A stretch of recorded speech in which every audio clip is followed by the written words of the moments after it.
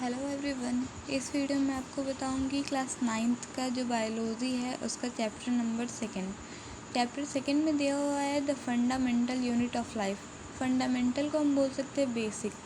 जीवन का जो मतलब मुख्य इकाई होता है उसको हम क्या कहेंगे, इस चैप्टर में हम पढ़ेंगे। तो उसका आंसर यहाँ क्लियर हो जाएगा कि उसको सेल कहते हैं। तो नॉर्मली सबको पता होना चाहिए कि हमारा बॉडी मतलब है जो कि है उसका सबसे छोटा जो यूनिट है वो सेल है, इसलिए the fundamental unit of life cell हो जाएगा। तो अगर वीडियो पसंद आए तो लाइक एंड सब्सक्राइब कर दे और बेल आइकन को प्रेस करें। चलिए मैं बताती हूँ आपको डिस्कवरी ऑफ सेल।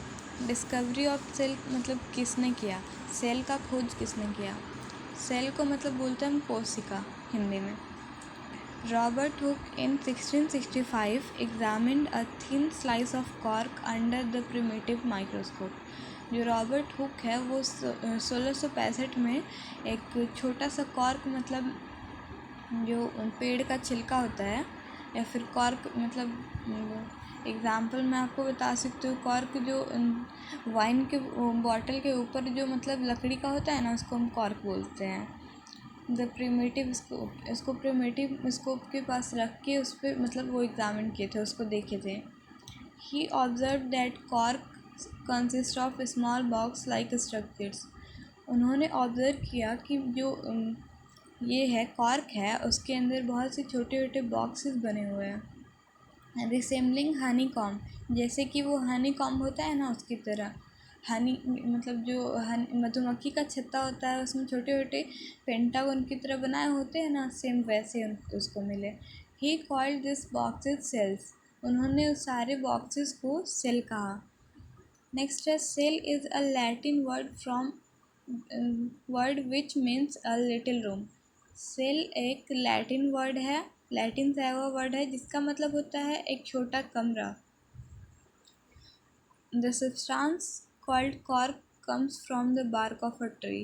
ये जो सब्सटेंस कॉर्क आया है वो मतलब पेड़ के जो छिलके होते हैं उससे वो लिया गया है। Major landmarks related to cell discovery. Cell का जो डिस्कवरी हुआ था उसमें कौन कौन थे, मतलब किस तरीके से वो लोग किए हैं। साइंटिस्ट का नाम दिया हुआ है, ईयर का नाम दिया हुआ है, वर्क का नाम दिया हुआ है। फर्स्ट थे ल्यूवेन हुक। ल्यूवेन हुक 1674 में डिस्कवरी फ्री किए थे। डिस्कवरी फ्री लिविंग सेल्स मतलब जो फर्स्ट टाइम जो हुआ था वो तो हुआ था उस पर बार्क ऑफ ट्री पे, वो तो नॉन लिविंग हो जाएगा, इसलिए इस बार वो उन्होंने किया था लिविंग सेल पे। जो पॉन्ड का वाटर था उसमें से उन्होंने इम्प्रूव उस मतलब पहले अच्छे माइक्रोस्कोप भी नहीं थे, उसके बाद फिर जब अच्छे माइक्रोस्कोप बन गए तो उनसे मतलब उन्होंने चेक किया कि वो रिसर्च किया उस पर और फिर उनको पता चला सेल में मतलब पॉन्ड वाटर में जो लिविंग सेल होते हैं उनके अंदर भी सेल होता है।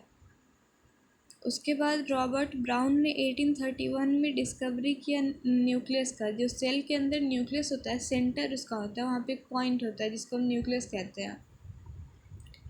स्क्लेडन एंड स्वान, इन्होंने किया 1838 में स्क्लेडन ने और 1839 में स्वान ने। Presented the cell theory, cell का थ्योरी दिया था which states that all plants and animals are composed of cell, they are the basic unit. मतलब उन्होंने सेल का थ्योरी दिया था और बताया था कि सभी पौधे और जानवर मतलब जो है वो उनका जीवन का मुख्य इकाई होता है, वो होता है सेल। नेक्स्ट उसके बाद आए पुरकिंजे। पुरकिंजे ने 1839 में प्रोटोप्लाज्म जो उसके अंदर लिक्विड लाइक सब्सटेंस होता है, जिससे coined the term protoplasm from the fluid substance of cell. उसके अंदर मतलब जो सेल के अंदर न्यूक्लियस होता है, न्यूक्लियस के चारों ओर मतलब जो लिक्विड लाइक सब्सटेंस होता है सेल के अंदर, उसका उन्होंने डिस्कवरी किया। नेक्स्ट थे वर्च्यू।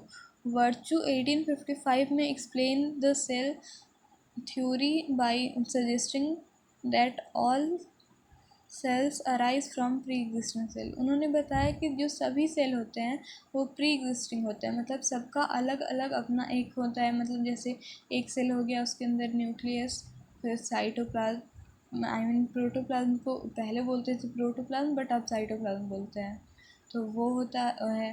मतलब सारे सेल के अंदर होता है। Thank you everyone. मैं नेक्स्ट वीडियो जो मतलब आगे का है वो मैं आपको नेक्स्ट वीडियो में बताऊँगी।